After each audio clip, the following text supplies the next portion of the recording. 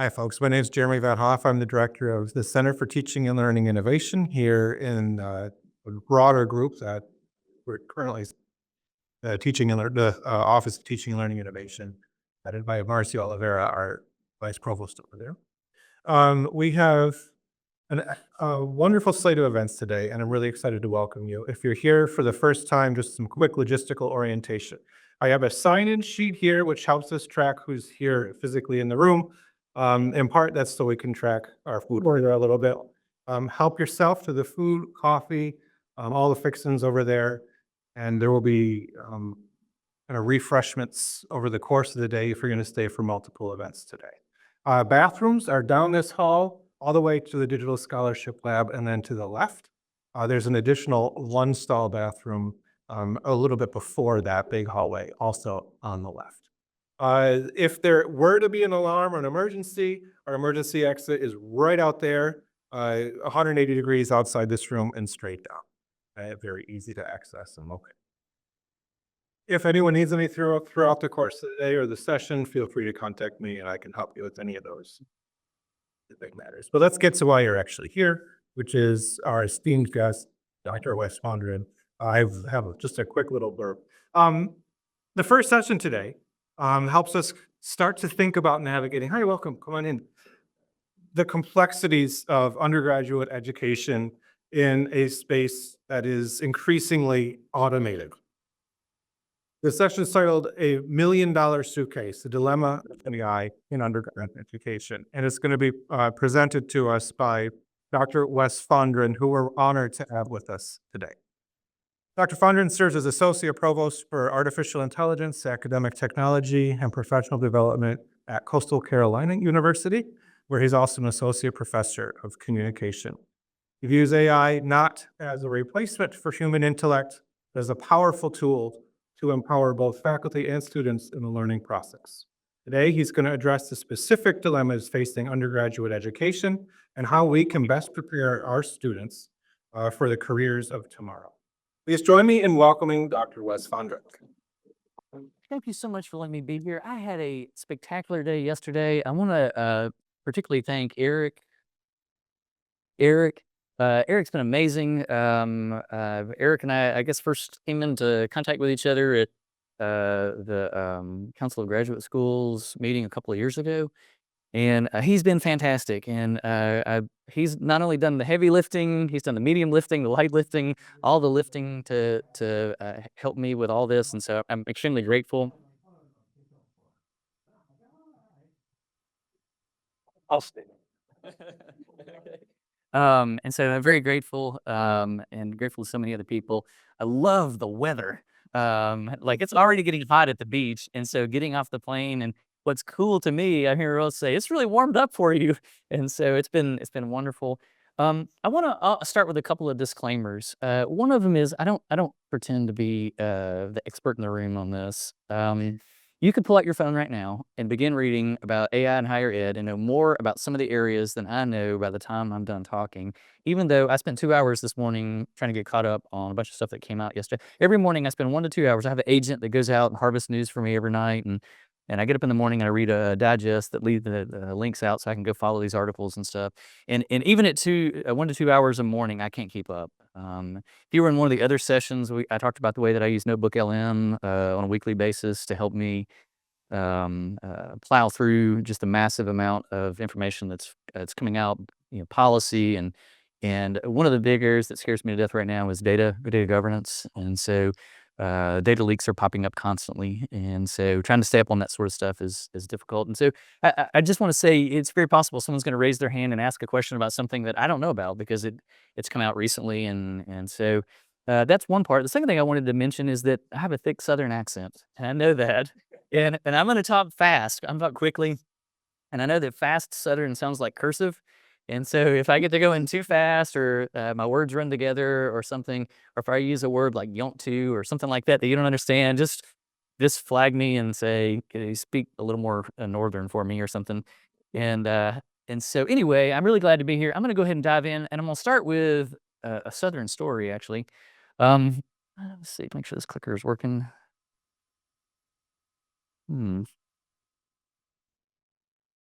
There we go. So when I was, and I apologize if you heard the story yesterday in the IT talk that I gave. When I was 22 years old, I was working in a factory. I had failed out of college. I was working in a factory. None of my family went to college, and I had chased a young lady to college, and college didn't work out for me. And so when my motivation for being there changed, so did my grades. And so I dropped out of college, got a job in a factory, and wanted to spend time with my grandfather because I thought at the time that he was dying. And so I went over to his house and said, "I'd really like to spend time with you. I get off, I work 3 to 11." And he said, "Great. I get up at 5 in the morning. I'll see you tomorrow at 7."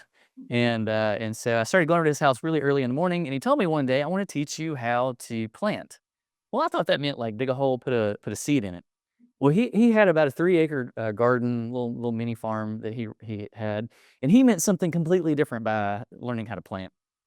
And so I came over one morning in work clothes. We had coffee, and we went out into the field. And he had tilled the field to be almost like powder. Like it was this really loose soil, big open. You could smell the dirt in the air, and he had it nice and soft. And he had this machine that he had created, and I promise this has something to do with AI. He had this machine that he had created that he'd seen in a magazine that was a tractor wheel that he had welded a lawnmower motor on top of and a belt, and then these 2 bars that became the handlebars, and they went down to a point, and at that point, there was a flattened triangle that he had bent the edges on. And the way this thing was supposed to work was you pull the cord, the motor starts, the wheel starts turning, you dip the triangle to the ground, and it makes a little trough that rolls the dirt off to the side, and you come back and drop seeds down a row, and you just go just like this. You go up and down the field like that. Well, the important part of this is that that row is straight, and so he really drilled it into me. You got to make the row straight because if you don't make it straight, then it's going to mess us up for 3 acres or something. So I was like, "Yes, sir." And I was in really great shape. I was the factory work was great for my physique. And so I'm in great shape. He's 75, I'm 22, and I was like, "Scoot over, I got this." And so I grabbed a hold of the bars, I pulled the lever, and took off. And I fought that thing all across the field, and just got these 2 bars in my hand, trying to keep it straight. I was really focused on making sure it was a straight line, obviously. And, my grandfather didn't finish 3rd grade, and so the fact that I had gone to college to him was like rocket science. Like, so he would ask me all sorts of questions about things I had no idea about, and he just was disappointed that I didn't know, the answer to, biology and, economics and all these sort of things. And so I get to the other end of the field, and I go to turn, and I see him with his hand on the ground like this, doubled over. Well, he was not in great health, and so I thought, "Oh my word," and so, he's having a stroke, so I turned the thing off, I ran across the field, I got about 20 feet from him, and I stopped running because I realized he's laughing. Like, he's literally doubled over. He started laughing, and then he had to grab the ground, and then to be honest with you, I got a little worried about the phrase "died laughing," and I was like, "What if he can't breathe?" Because he had lung issues for smoking for 60 years or something, and so I walk up on him, and he's beet red from laughing, and I'm trying to put the pieces together, like, why is he doubled over? Why is he laughing? What's so funny? And so I turn back, and there's this crazy windy, twisty road. And it was really difficult for me because I could not put together what had just happened with what was on the ground because I had fought so hard to keep that thing straight. And so he caught his breath, and he loved to do this kind of stuff. He patted me on the back of the neck, and he said, "Watch this, boy." And he walked across the field, and he turned the thing around, and he pulled the cord, and he started walking like he was walking in the park. And he was just strolling through the field. And what made it even worse was he was eyeballing me. Like he was every time I looked up, he was staring at me, and this big Cheshire cat grin on his face, and he's just strolling. And so he gets to the other end of the field, and you know what his road was like it was pristine. It was this. And so, and I had watched his hands. I had watched his hands and his feet. I'd watched the machine. I had stared at every bit of it because I thought, "I'm gonna figure this out. Like, I'm gonna figure out how he's steering it, what he's doing, where the lever is, what the thing is." So he gets to the other end. I scoop in and take over, and I try a second time. I redouble my effort, and it was even worse because now you had his straight row to compare my craziness to. And so once he was done, um, and he was still laughing the second time too. And so once I got back over there, I was like, "Okay, what's the secret? Like, how do you steer this thing?" And he said, "I showed you, but you were not looking." And he loved to like pull me along. And I was like, "Nope, Wrong, old man. I watched everything that you did. I stared at you from one end of the field to the other. I watched everything." And he said, "No, I showed you, but you weren't paying attention." And so frustrating. And I said, what is it?" And he said, you were the secret." I was like, "That makes even less sense."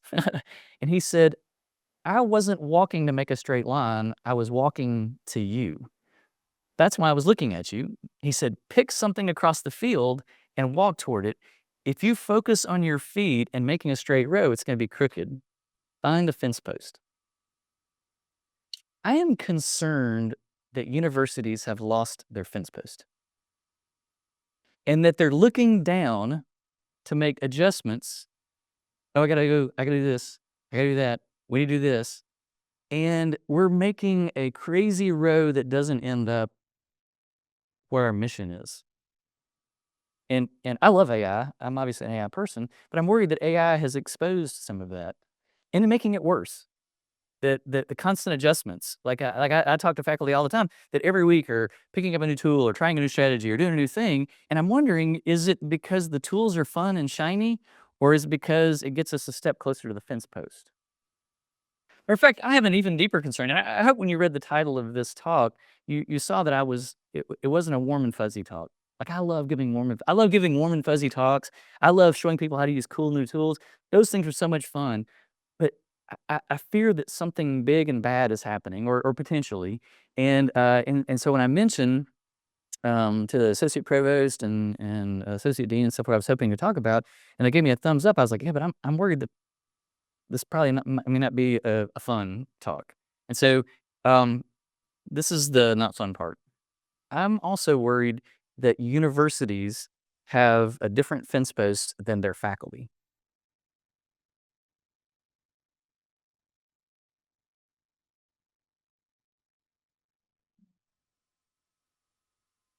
I would be willing to bet that you have students at MSU in the same major, same catalog year, coming through the same programs that are having wildly different learning experiences. One of them has found out that on a website, you can find the professors that still require papers and writing assignments and stuff that you can use AI for. And so they're opting for the path of least resistance. And there are faculty that have decided, I don't care. I'm 5 years from retirement. I'm not interested in learning AI. Matter of fact, I hate it. I wish it would go away. And that's for the next generation. And if they're using AI to write their papers, if they're using AI to do their assignments, that's on them. They have forfeited their education. That's on them, not me. I may be wrong. That professor may not be at MSU, but I'll tell you, that professor has been at lots of universities that I've visited. My university, I had a department chair bring a faculty member into me one day, like it was the principal's office, and sat him down. And it was in a discipline. I'll tell you the discipline. It was a language faculty member, and the department chair said, "Hey, I think students are cheating in this class. Tell them what they're doing."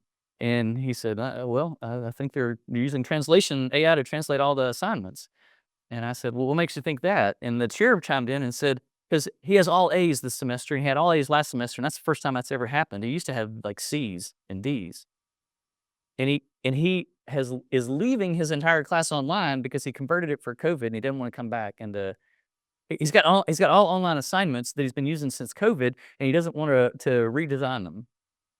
And so I looked at the senior faculty member, tenured full professor, and I said, "What are you gonna do?" And you know what he said? "I'm gonna retire in 3 years." Mm. These are very different fence posts sometimes. I am concerned that the quality of education that AI is affecting the quality of education in America in ways that are different than some of the concerns. The concern of students outsourcing AI, we can work on that. I'm concerned about the academic freedom of faculty and what that may be empowering. Now, I'm a faculty member too. I don't want someone telling me or measuring the quality of the instruction in my class in a way that impinges on my ability to make decisions. I don't know any faculty member that wants that. And so I'm worried about this dilemma. I'm worried about where we're headed, and I'm worried about the collision. And it could mean something very different depending on the state you're living in today's world, and how legislators function and things like that.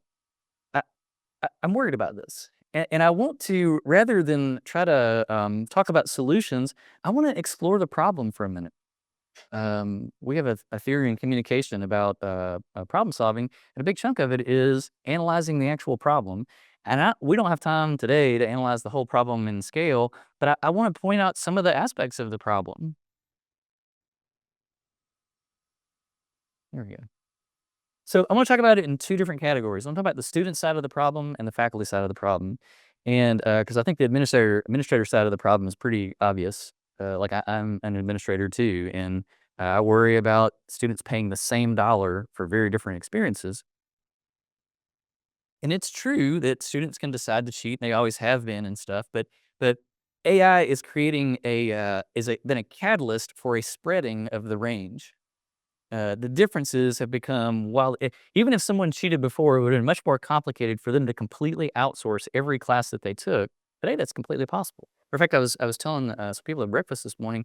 I was talking to the AI committee at USC, and their provost has given them the charge to complete an entire degree just using AI.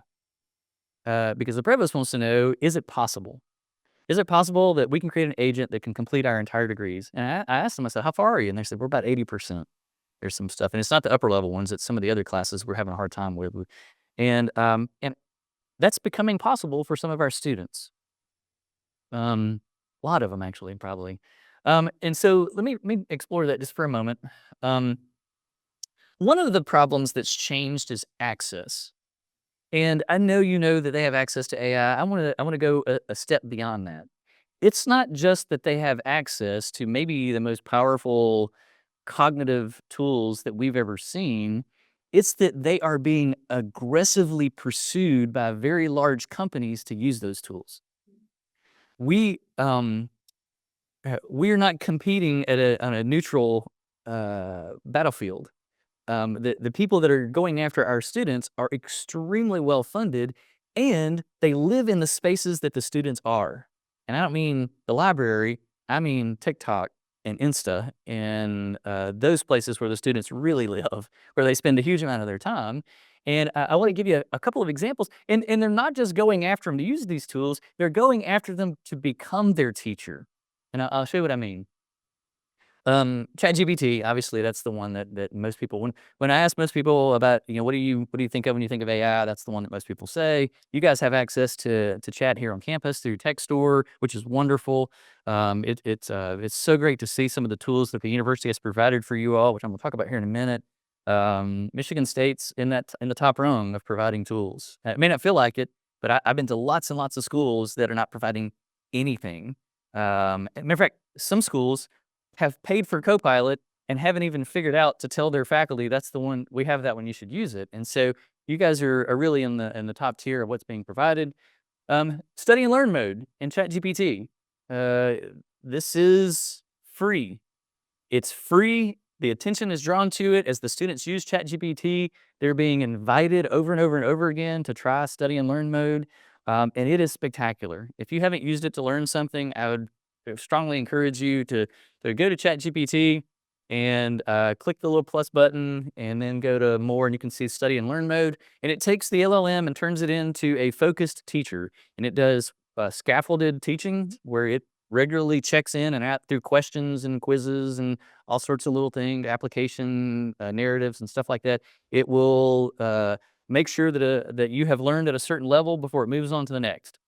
And it's very adaptive. I can say things like, "I'm tired of you asking me questions. Let's make this more about narratives. So I'm listening to stories," or "I'm interested in seeing something visual," or "I'm interested in, let's get over through this. I already know this stuff. Take me to this section." And all I have to do is either tell it what I want to learn or provide it.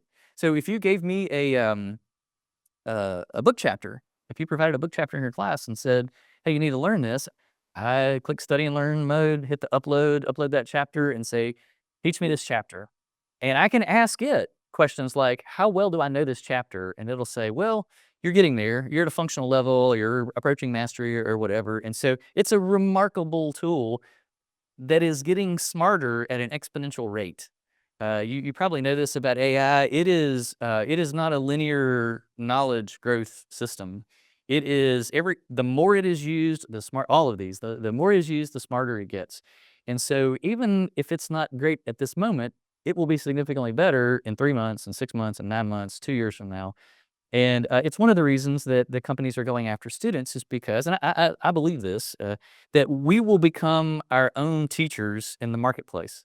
That it will be impossible for companies to keep up at a professional development clip for the information that's going to be coming out over time.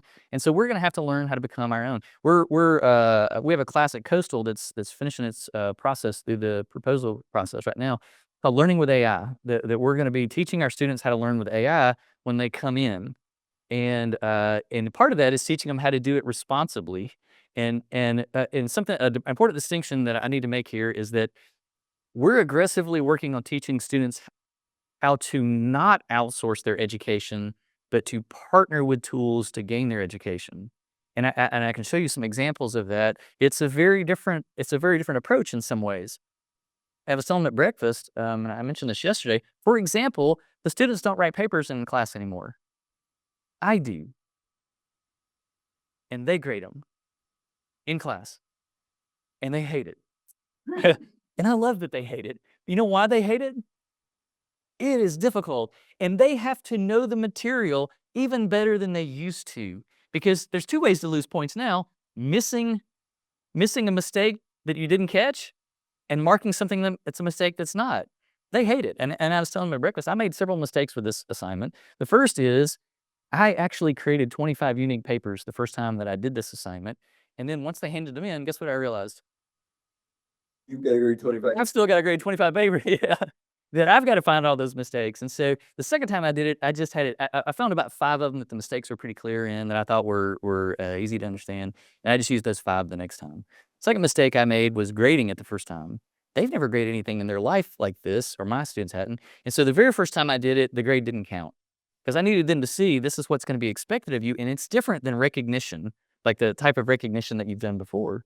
Well, that's a very difficult type of learning and thinking. You guys know, I mean, grading's hard, and I need them using these types of tools to help them learn the material.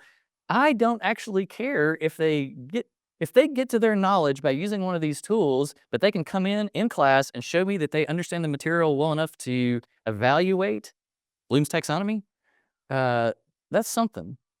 Part of the talk, one of the talks that I think that Eric heard was I have a talk I give on the changing expectations of students. I mean, college may not be changing their expectations, but the marketplace is. And it's been interesting. I've done training at lots of universities, and you know who flocks to the training? Staff. At my university, we have a 4-hour AI academy that this is shocking to me. 91% of the staff have voluntarily gone to 4 hours of training. It's around 38% of faculty. Their workplace is changing.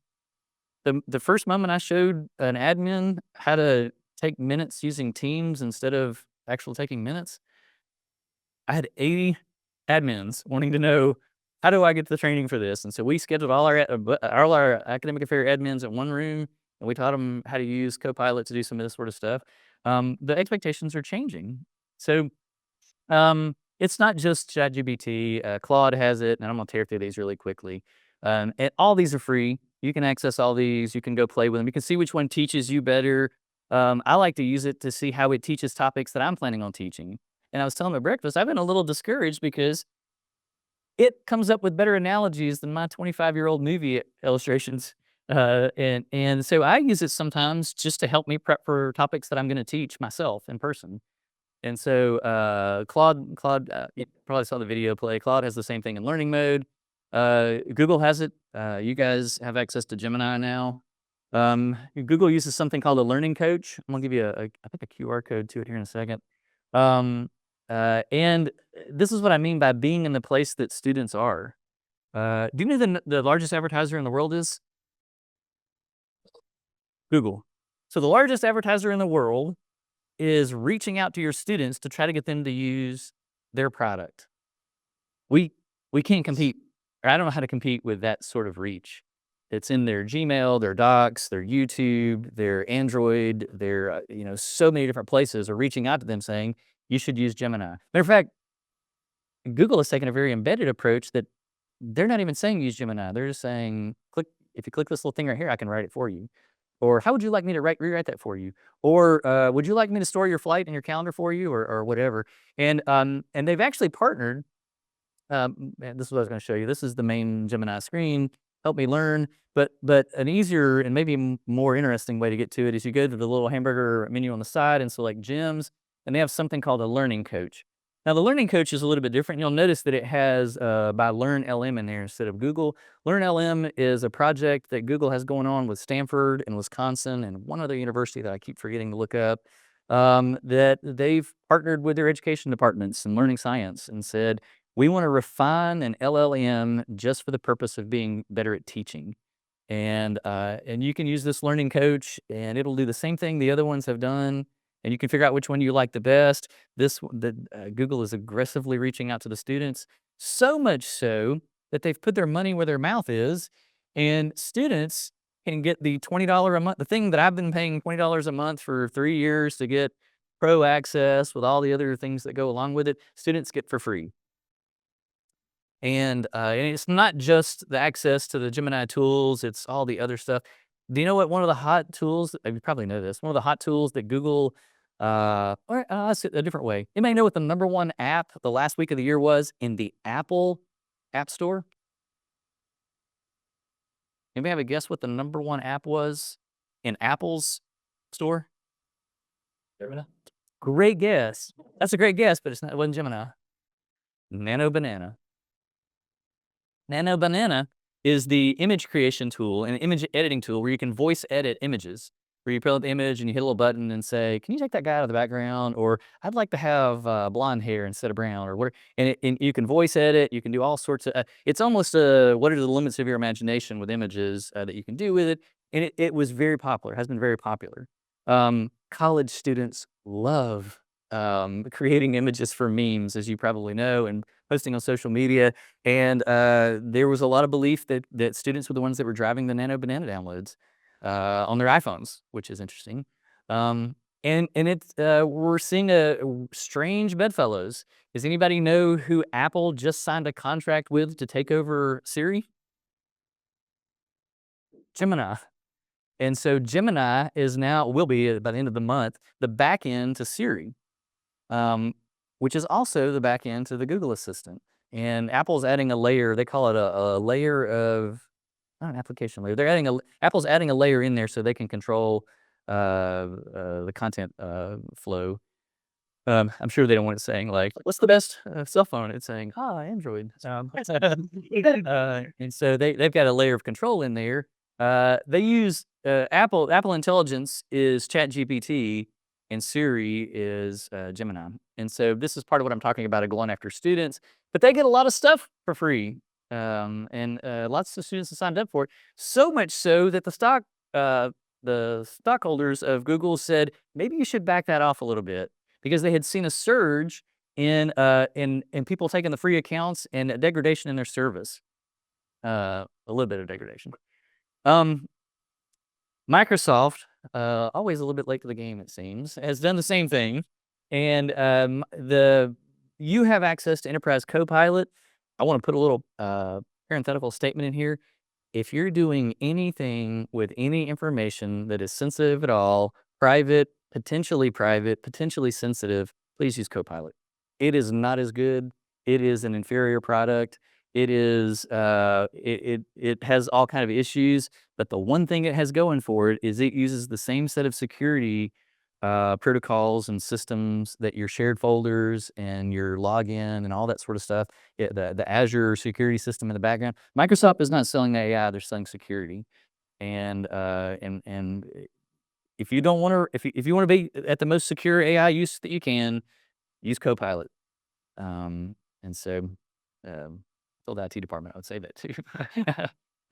We talk a lot about that at my university, and but as you know, probably Copilot has 2 levels. It has the free enterprise chat level that all of you have access to when you go to copilot.microsoft.com and log in with your MSU credentials. And there's a bunch of other ways to get to it. But they also have a premium version that embeds it inside all the Office products. That it is actually pretty nice. Like I can go into my Outlook and say, "Help me get ready for today." And I have stopped using search in Outlook. I hate the search in Outlook because can't find the things I'm looking for all the time. I just go to Copilot now and say, "Find me the emails from Eric that have the agenda in it," and it'll pull it up and it'll find it for me, or things like that. And so there are some really nice things. I talk to my spreadsheets now instead of typing things. I'll pull up Copilot and say, "I need a pivot table for these 3 columns," or look at the data and tell me what you see when it comes to give me an analysis of my data. And so there's some really cool things that you can do with it. But it's and I forgot to look it up. You guys have access to that to know, but I can't remember how people get it. Does anybody know how you get it here? You pay for it, like you have to have a budget item for it or something. Your store. There you go, like the tech store. Um, and it's $18 a month. It used to be $32 a month, and at the end of the year, the country of Australia sued Microsoft and a couple of other countries and a bunch of other people because we were paying $32 and they were starting to give services away for free. So they dropped the price to $18 and gave us a few other features, but they give it to students for free. And I don't mean the chat Copilot. I mean the one that I pay the extra for. And so they get it for free for a year. They get Office for free for a year. They get AI Copilot embedded in Office free for a year, and then it's what's half price after that or something. Um, uh, and I know they have access to it here and stuff like that. My point is that Microsoft is also that someone buys a brand new laptop, mom and dad buy a brand new laptop for little Billy to go to MSU. First time he opens that Windows laptop, it says, "Hey, wouldn't you like to have Office and an assistant to help you, the new and improved Clippy to help you do, whatever you'd like to do?" And they click yes, and they've got AI tools embedded into everything on their laptop. And so my point in all this isn't to advertise for these companies, is that they are aggressively pursuing our students, which is the access issue. This is Chegg calling them at their house saying, "Can I deliver a paper for you?" And some of students used to use Chegg may still use Chegg to get, to cheat on stuff. This is a different thing. This is them being pursued in very aggressive ways in the places that they're at. The other part of this problem is that students have very different abilities now. You may know this. There's a significant number of students that are resisting AI. There's a whole society, the AI Resistance Society, and I get questions all the time when I talk to student groups. I was at a medical university last week, and once I was done with my talk, a student raised her hand, 5th year. She was actually a 5th year clinical student. I talked to her afterwards. She's going to be a medical researcher, 5th year PhD student at this university, and she said, "Hey, I just want you to know that," and she was sitting with 3 other friends. "So my friends and I are all anti-AI, and we don't like any of the stuff that you just said, and we're concerned that it's going to change the expectations of workload on for us once we graduate." And I said, "I think you're absolutely right." I went and met, before I gave that talk, I went and met with some clinicians at a medical university that I have some friends at and asked them some questions. And you know what they said? "We're starved for those tools because the expectations have been changing by insurance companies for a long time. And not having to type on my keyboard what the person is saying and document during the session and being able to just have that transcribed for me would be wonderful. Being able to get a second opinion on a diagnosis by looking at my phone would be really, and to see if to be able to ask, did I miss anything? To be able to interact in that sort of way would be really helpful for me." There's a really interesting Freakonomics podcast that came out about a week ago or so about this, that they talk about how the medical industry is really craving some of these tools. But that's very different than the students that are saying, "I hate it, I don't want it, I don't want to look at it." And then we've got another group of students that are leading edge, early adopter, going after it with both hands. And the tools that are available to them are astounding. I'm going to show you a couple here in a second that they can use for free, which is one of the interesting accessibility things. At the moment, at this stage in the life of AI, the tools are mostly free for students. They are corporations, and I can only imagine that at some point in time, we're going to get more than just ads in our chat GPT that we're going to, that we're going to have to pay for. But right now, it's free. I want to talk about, I may drop out of my presentation here in a second and talk about this. So one of the things that's coming for you guys, I think next week or next couple weeks, and I don't mean to get ahead of myself, but I was going to talk about this tool anyway, and IT told me that this is one of the things that's coming. You will have access to Notebook LM, and I'm sure some of you use Notebook LM. I adore Notebook LM. I use it daily for lots and lots of things. But I want to show you. Matter of fact, I'm going to drop out of my presentation here, and I'm going to show you the way that students are using Notebook LM, and we train our students at Coastal. We do a freshman class on learning with AI for their welcome to college, and this is one of the tools that we show them how to use. That is a free tool, but they can also get it through their account. So let me drop out for a second. And those of you that are at home, I'll share once I get my screen up. All right. So I'm in a web browser now, and oops. Can't move this so I can get to.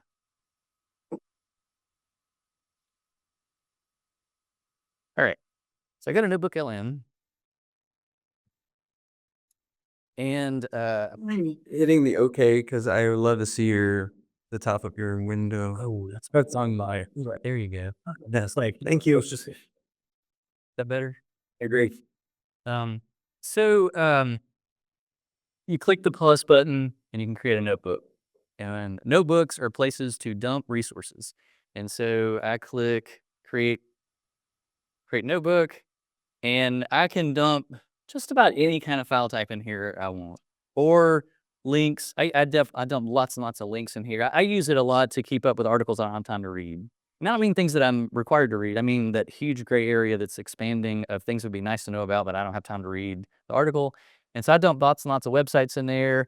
You can upload PDFs, pick a file type, you can put it in there. Sometimes I use this just for single large reports. Like I'll get a large federal report on something, and I don't have time to look at a 100-page federal report that's full of a lot of other things that aren't related to me. So I'll dump it in here and create a notebook for it. But let me show you the way that we're talking about using it with students. So students can take their notes. Let's go back to this. We'll do, I'll just pick a week. Week 2 of History 102.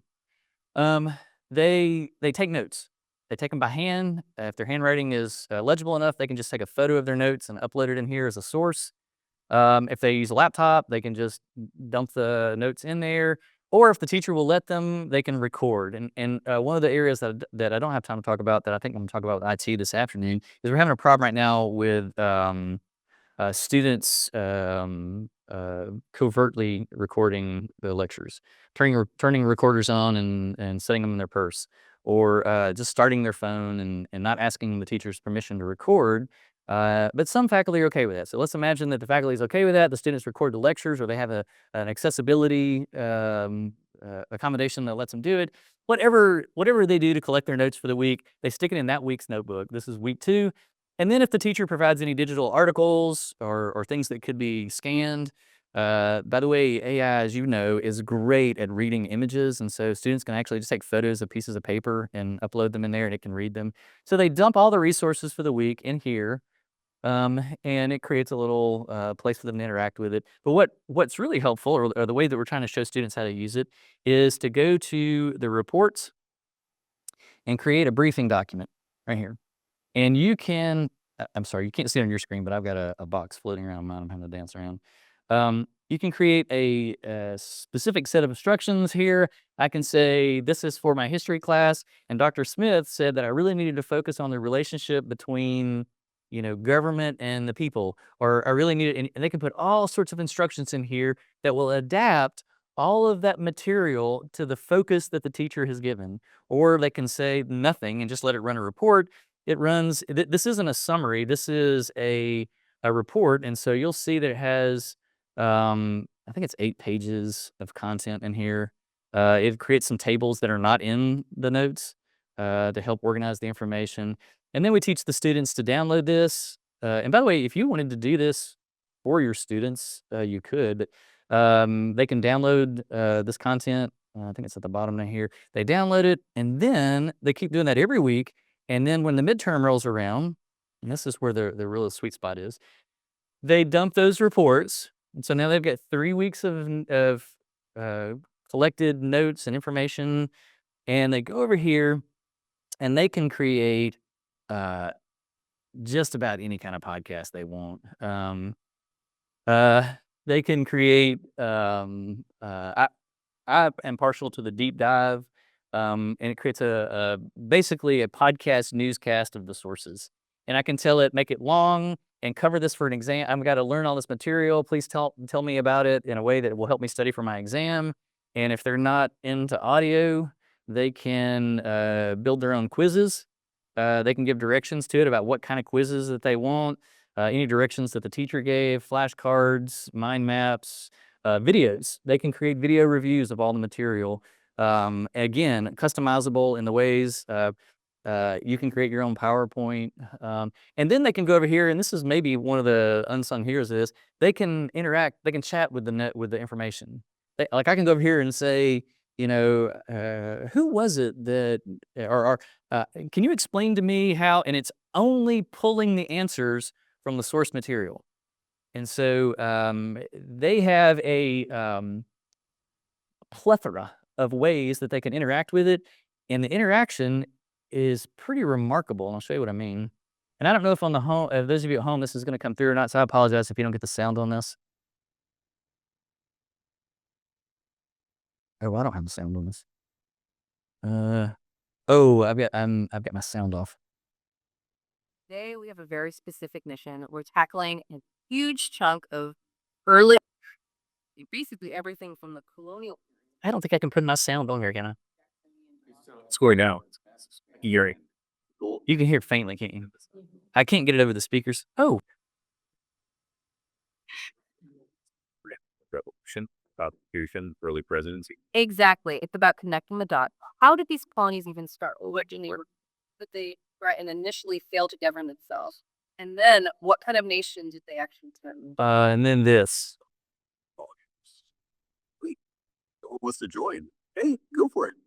Hey, yeah, I'm really confused about the part where it's talking about colonial development. Can you adjust and really explain that before you move on to the next things? Absolutely, that's what we're here for. We could certainly slow down and walk through that colonial foundation. Okay, let's.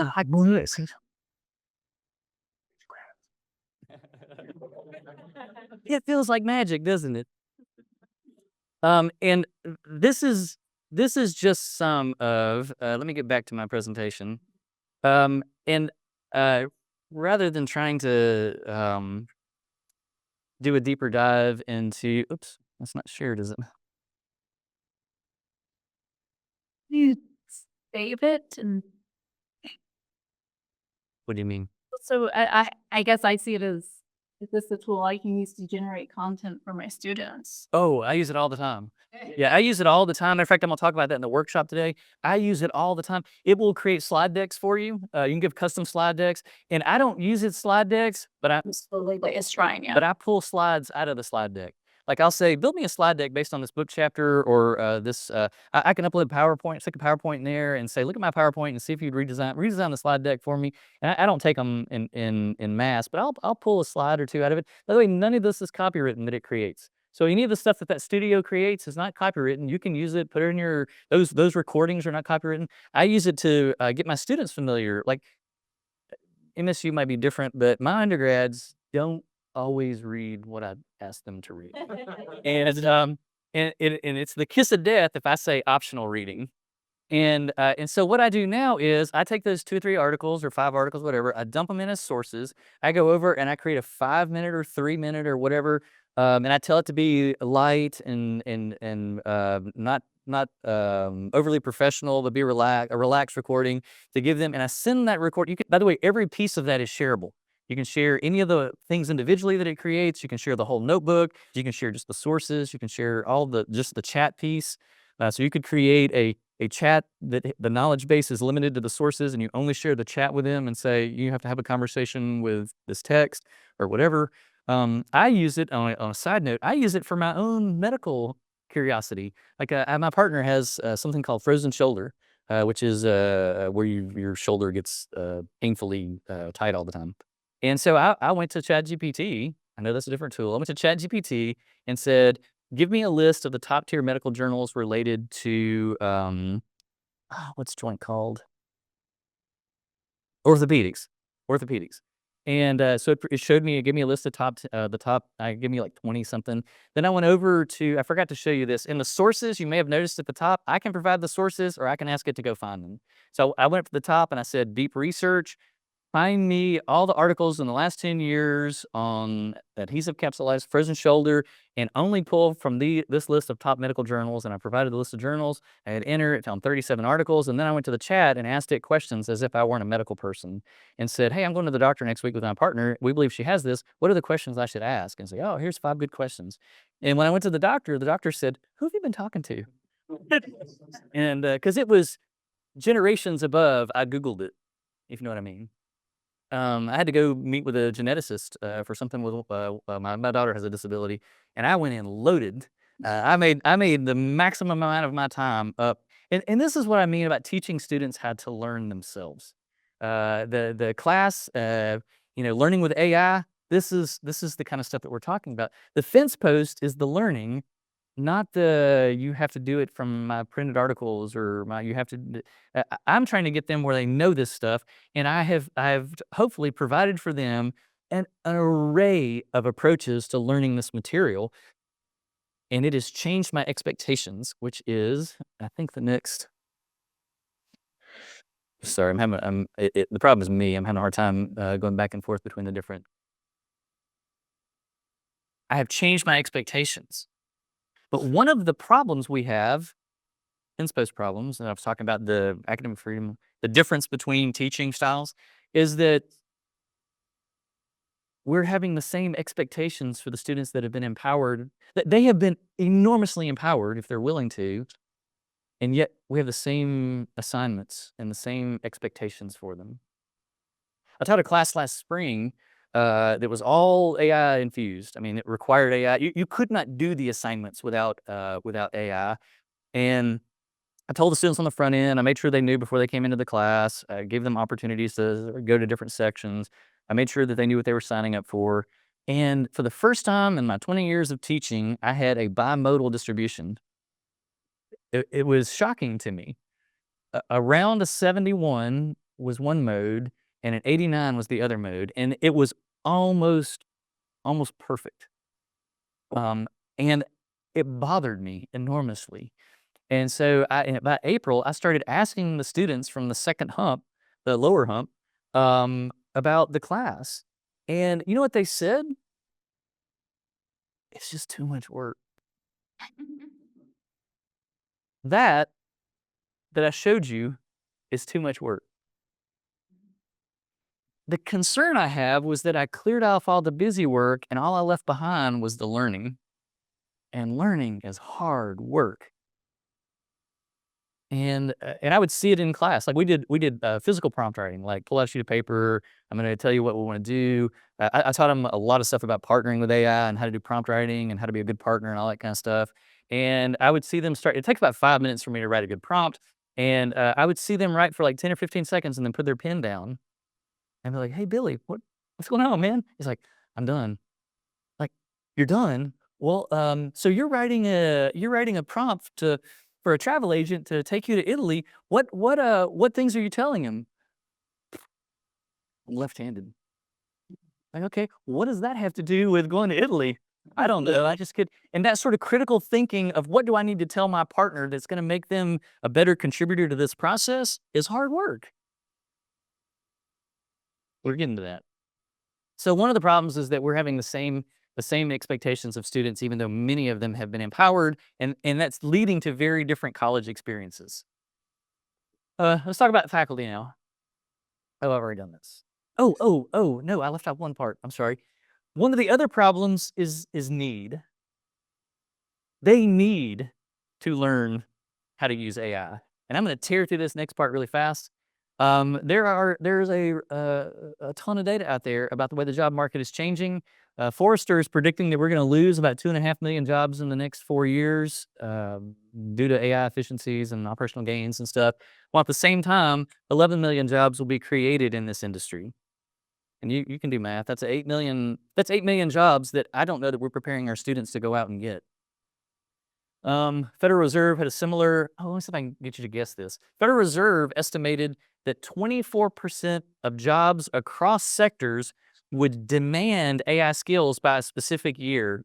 Anybody want to guess the year? 27 is a great guess.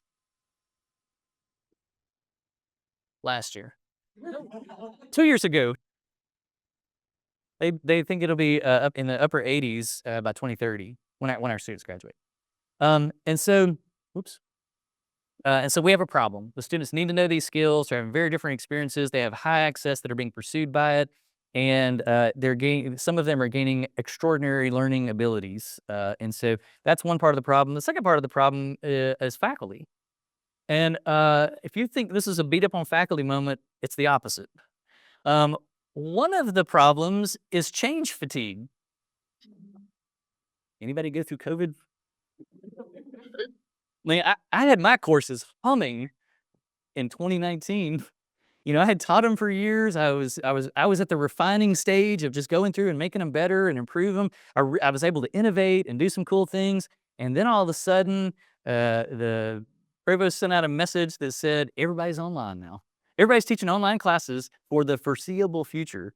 And so we all went through the complete redesign, or most of us went through the complete redesign of our classes for online space. And did that for a while, and then all of a sudden we came back to try to figure out what the new normal were, because students had expectations of online access, and teachers had online assignments they were trying to figure out how to incorporate in. And as soon as we start finding something that's close to normal, AI shows up. And November 30th, 2022. Change. And that's just the technology side of this. We're not talking about the demographic cliff, or what's going on in Washington or states, or there are tons of issues that are on faculty right now. I was telling someone, I may have mentioned this to you guys earlier. I can't remember who I told this to. I got one hire this year in the Office of AI, and I desperately wanted to hire a programmer or an assistant in some way. I'm hoping to get one this year. But I hired a faculty wellness director. Because you know what my number one concern about AI is? Burnout, fatigue, aggression, anxiety, toxic classroom experiences, hostility. I am really concerned about faculty mental health. Really concerned about faculty mental health. And so we're trying to tackle it. And to be completely honest with you, some of that was communication. Like, I was trying to communicate to faculty, the AI department cares about you. We're not here to eliminate you or make your life worse. And so it served two purposes for me. The other is time. Anybody in here have a lot of free time to redo all your classes? Exactly. Exactly. And training. You guys have some great training people here at MSU. I had the opportunity over the last 2 or 3 weeks through Zoom meetings to do some preliminary work and look at all the work that you guys are doing. You have some great people. I made something for you in case you don't get a chance to go to some training. I made a little agent for you, a little assistant that will help you redesign your assignments. You can upload your syllabus. You can tell it what you want to do. You can provide it a lot of stuff, and then it will help brainstorm. It'll create the rubrics for you if you'd like. It'll do a bunch of the work for you. There's the QR code for it if you'd like it. Just as an effort I didn't want to come in and say, man, things are really hard on faculty. Good luck with that. And go the other way. It'll use your Gemini account, which MSU has purchased a license for you guys to all be able to use, and it'll just help you in the process. So I'm finished at 10:30, right? I got one last story I need to get to, so I'm gonna tear through this last stuff. Training, motivation. We have a faculty motivation problem, and so I don't have time to get to that. I created another tool that you can share with your faculty members if you want. This is just a place that they can mess around with their own thinking. It's not a persuasive tool. It is not for the purpose of changing anyone's mind. It's just a place. One of the things we know from adoption rules, if people that have the opportunity to explore different ways of thinking in a no-risk, psychologically safe space, they're more likely to become open-minded to things that they may have been closed to. That's what this is. It's just a playground for thinking. They can play different roles and talk about different sides. But I want to finish with this story because it's the name of the talk. So we've got to change the expectations in some way of our students' performance, of reconciling these fence posts. And imagine for a second that I told you that showing up today would somebody's going to win $1 million. And say, look, reach under your seat, and there's a number. What's your name? John. That's right. And so John reaches under his seat and he pulls out number 13, and I say, number 13 wins. And John says, woohoo, it's me. And he gets up and dances and has a string of profanity and a few insults for people in the room or maybe outside the room. And he's like, I'm out of here. You're never going to see me again. And so he comes down to get his money, and I put these 2 suitcases on the table. I open it up, and it's full of cash. You can smell it. You can smell the cash, just like something in a movie, this kind of thing. And John is so excited, and he's popping off and dancing and all sorts of things. And I close up the suitcases, and I say, hey, John, you may not know this, but $1 million will fit into a single suitcase. And he's like, what? You giving me $2 million? I was like, no, not really. What I've done is I've blended into the $1 million counterfeit million. And so be careful, man, because one of these is going to lead to a life of leisure, and the other one some pretty hard jail time probably. And so be careful. And I hand it to him. That sounds cruel and ridiculous, doesn't it? That is the world we are graduating our students into, but it's not money that's counterfeit, it's information. And they have to be able to master the knowledge of their field so well that they can look at 100 times and recognize out of the 100th one, that's not actually a legal brief. That's not actually a PT plan for improvement. That's not actually a PR plan that's going to work. And their level of knowledge needs to be greater than maybe any class we've ever graduated. And the tools are there for it, but we've got to get there. And I want to finish by just saying this.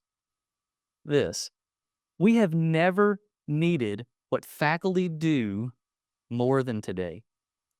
Our society has never needed critical thinkers and masters in their domain more than we need them today.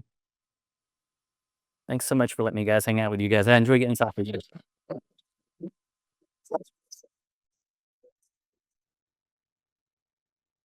Fondren, thank you so much for that excellent talk, and for the entirety of your business, really. It's so important for this campus and for higher ed in general, I think.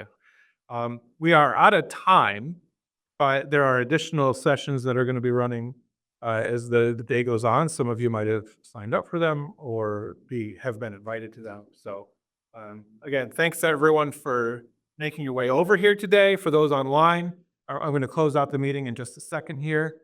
And I hope that the week goes well. Happy New Year or Pochi Day or Carnival, whatever you're celebrating today. Enjoy it.